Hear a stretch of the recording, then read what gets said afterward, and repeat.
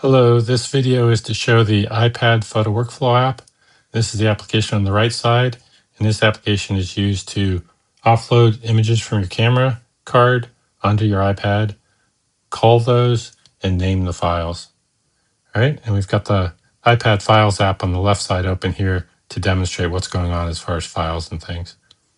All right, so first thing we need to do is set up a location for everything to get offloaded our images into. So on the iPad, we want to create a new folder here. We don't want to go into one of these folders that's created for an application, because if that application ever died, got removed, that folder's gone and your images will be gone. So at the base level here, we're going to create a new folder. And since the app calls it the base folder, we'll call it Photo Workflow Base. All right, and we'll go into that folder here. Now over here, we set our base folder, and we find the Photo Workflow Base folder and open that. And now we're set to offload into that location. So let's offload a camera card. All right, now first we set the topic of the images if you want one. So these were mostly taken at Convict Lake. So I'm going to say Convict Lake here as the title. Now, if you don't put a title here, it's just going to create a folder with today's date and put all the images within that. That's fine. It's going to put today's date in front of Convict Lake in this case. I shoot in a RAW plus non-RAW mode. So each time I press the shutter button, there's a RAW and a non-RAW file created, often called Raw plus JPEG. So I'm going to enable that here. And it's not a big deal if you get that wrong, but it just organizes a little bit better when you offload them. So now we're going to find the card, and here you're going to want to go to the top level, and you're going to scroll down to see the bottom, and then you want to connect your card. And that's just a little easier because the card's going to pop up and you're going to see it. If you input, see, there you go, untitled. If you put that in first, and then go looking for it, you might have a hard time finding it depending how many things you've got going on. All right, the DCIM folder is needed to be on a card, and it's there, so we know we're in the right place. And so now we see the 13 images getting pulled off here. They're not pulled off, they're getting copied off. And the folder was created with today's date and Convict Lake. So we go into that, and you see my camera takes HEIF files the way I have it set up instead of JPEG, but these are my non-RAW files. And they've got the EXIF date pulled out of the files and put at the beginning of the images. Now there's a video file right here. Video files don't have EXIF information, so the date at the beginning of that is the file creation date. All right, and now down here, it pulled off the RAWs. When you're in the RAW plus non-RAW mode, it creates a RAW folder, and it puts the RAW files in there. EXIF date again there as well. And over here, you can see we're done. The counting up is done, and it tells us how many it found. And here's all the files on the card that are unknown to this application. This is a Sony card, and there's just a lot of files on there for their setup and running of the camera, I guess. Anyway, what you looked at for in here is if you're seeing some of your videos and images aren't making it out off the card, you come look here, and maybe they're getting not read in because it's a file format that's not supported by the application, and then you'd see those showing up in here. All right, so we've got our images in. It tells us how many there are again here, and our base folder is set to our Convict Lake folder. Now, before we get started, there's a couple things in settings I want to change. The application was created initially without video culling ability, and now it's there. So we're going to tell it to, it'll always offload the images, the video files, sorry, but it won't let you cull those unless you have this turned on. And I'm going to have them start as well. Now here, how many images in a row? In some of these tabs, you see the images as thumbnails, and it's 2 across, 3 across, or 4 across. And there's 2 here. I'm going to change that to my favorite of 3, and I'm going to speed up the slideshows, which we'll see later. All right, that's the settings. Most all the tabs have the question mark you can hit, and you can get information about all the controls and just general information as well. All right, now for culling, there's a couple places you can do it. There's obviously a culling tab where I meant for it to be done, but there's also the viewing tab where it can be done as well. And in here, you can come in and you can just, sit there and say, well, first off, you can come in here and just say, well, I don't like that one. I'm going to trash it. This one's good. I'm going to pin it. And you can do that kind of things. Right here, it's thumbnails if you can make that judgment. And normally this app is full screen, so thumbnails will be larger than this. Or you can click into it, and in here you can sit there and say, oh, that's a good one. I'm going to keep that one. And then, oh, I don't like that one. I'm going to trash that one. And you can pinch and zoom in. While it's zoomed out, you can swipe left and right to move. You can click on here, this icon, and it'll show you the exposure information down here. Or click back and it goes back to the name. Help again. You can share. And if you're in RAW plus non-RAW mode, this is sharing the RAW file. This is sharing the non-RAW version. If you're just shooting RAW or just JPEG or HEIF, this button with the R will not exist, and you'll just have the other button. Now here it shows the EXIF information about the image.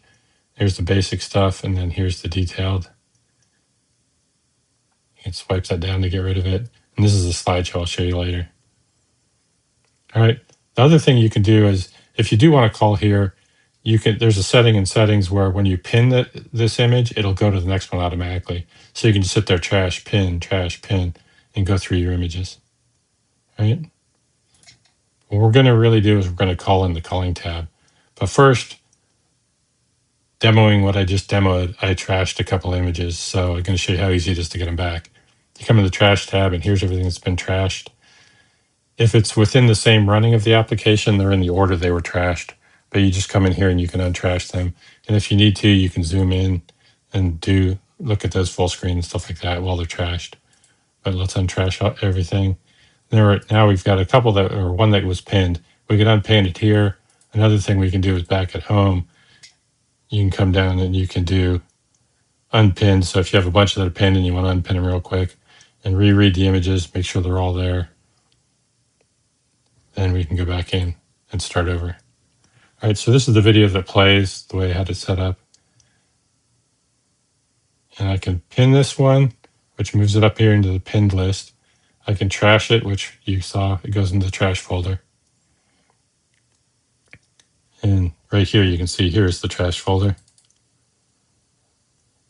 And then it's got the same, show the EXIF information or exposure information.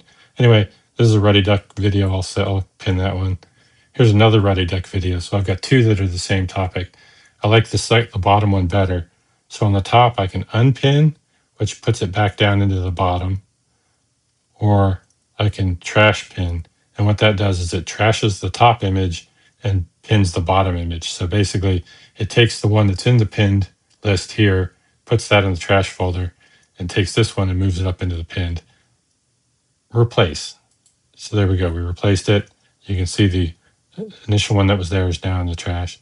And we do the same thing here with these images. Now with images, we can do the pinch and zoom like I showed on the viewing tab, and you can pin it. And if you pin it while it's zoomed, it's still zoomed.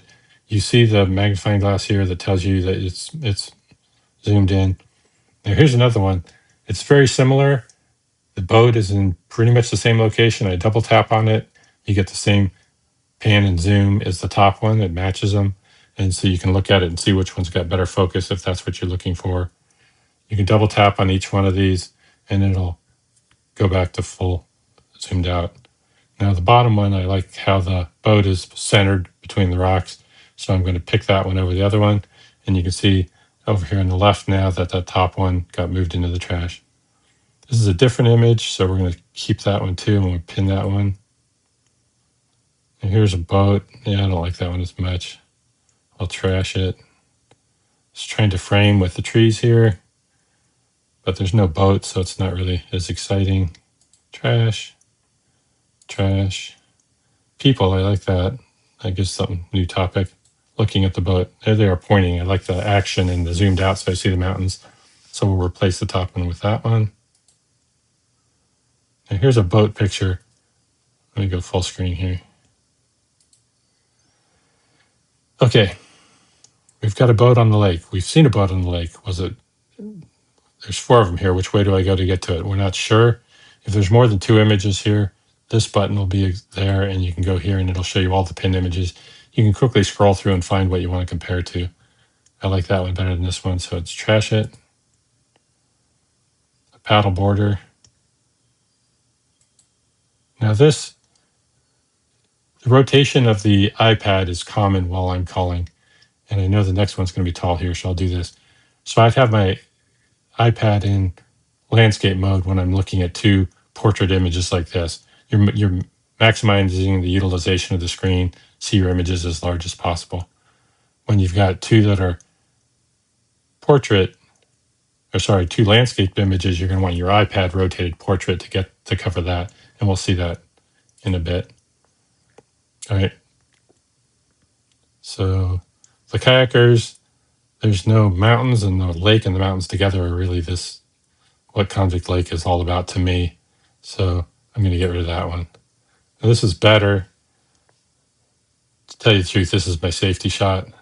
This is the shot I was hoping to get as they cleared, but I wanted to get one of them for sure in case they went along too much along the coast of the lake here that I couldn't get them.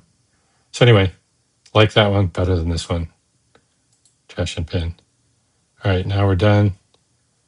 Let's go back to, now if I unpin this guy, he's going to show up over here. So I'm going to show you 2 that are this way. Now 2 landscaped images, I'm going to want to rotate my iPad into portrait. I'm not going to rotate it during a video, so this is demonstrating what that would look like. Okay, now let's bring back trash folder. All right, so here we are. We've done our culling, and with our culling, you can see the trash folder here has quite a few images in it. We go back, we've got 5 pinned up here and 1 not, so 6 images total. Sorry, images plus video, and we know one of them's video, so 5 and 1. Those are those right there. The raws still have all the raws. So our magic for raws is we come over here and we say trash the extra raw files. And that goes through matching the names and finding out which ones are the ones that match a non-raw that's still in play. And now we go to trash, and you see the trash has the raws and non-raws all in there. Again, nothing's deleted. It's in the trash folder. We could pull them out as shown earlier. All right, so we've culled. Now we're going to name. First off, I'm not sure. Well, there's 5 pinned. I'm not sure where we are in the order. I'm going to unpin them all and reread the folder just to make sure that we're on the first image to start naming with and everything. I don't know where I left off. All right. So in naming, we could come in here and say all, type in here, Convict Lake. Boom. They're all named Convict Lake. We're done. We could pin a bunch and say, okay, those are all the Convict Lake shots because this Ready Duck isn't. And so we'd be pinned and we'd put in Convict Lake. Boom, they'd all be done. Or you can go in if you're going to do details, and this is what I normally do, is I put in each file I name separately. But first off, there's the stays and the clears. The clears, each time you save, it gets cleared. And I know there's one Ruddy Duck shot here, so I'm going to do that. Hit save. We go back and look at the name. We've got Ruddy Duck added to it. Or if we go back over here, we can see Ruddy Duck got added to that name, to the video file. All right. Now the stays, we can put in a topic here now, Convict Lake, because that's going to apply to a bunch of images. That one doesn't clear until you hit the X mark. And we can put in boat here and hit save. And you can see Convict Lake boat get added here. And also when raw plus non-raw mode, it found it and put it into the raw file name as well. All right, now here's another boat. We could type boat again. We could have locked it because we knew two were coming that are the same, but we can just hit the back arrow. That'll either give you, if there's only one other thing you've done, it'll just give you that one. Since there's two, it shows them to us and we can pick which one we want.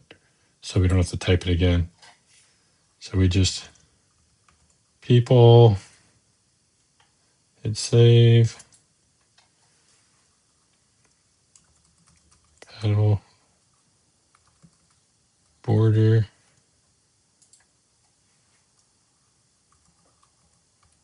kayakers,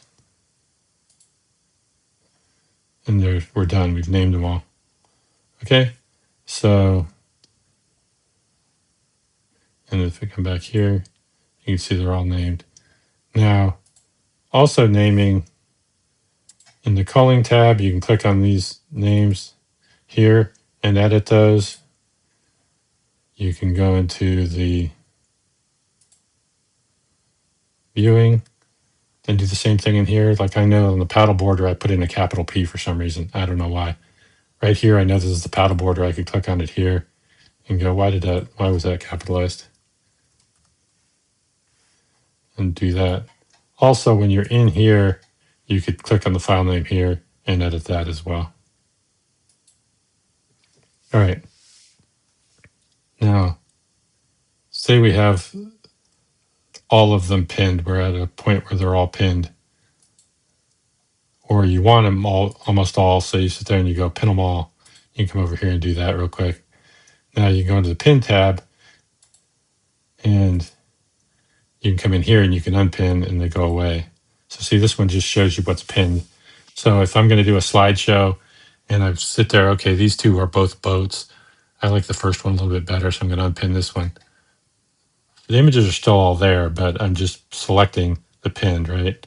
Now I'm going to do a slideshow and I can even come in here and reorder because the pins are in the order they were pinned, unless you come in here and you edit the order. And so now I've got this order. I can come in here and I can hit the slideshow button. And it'll run through a slideshow of all the images and it'll do a wrap around on the images as it's doing the slideshow.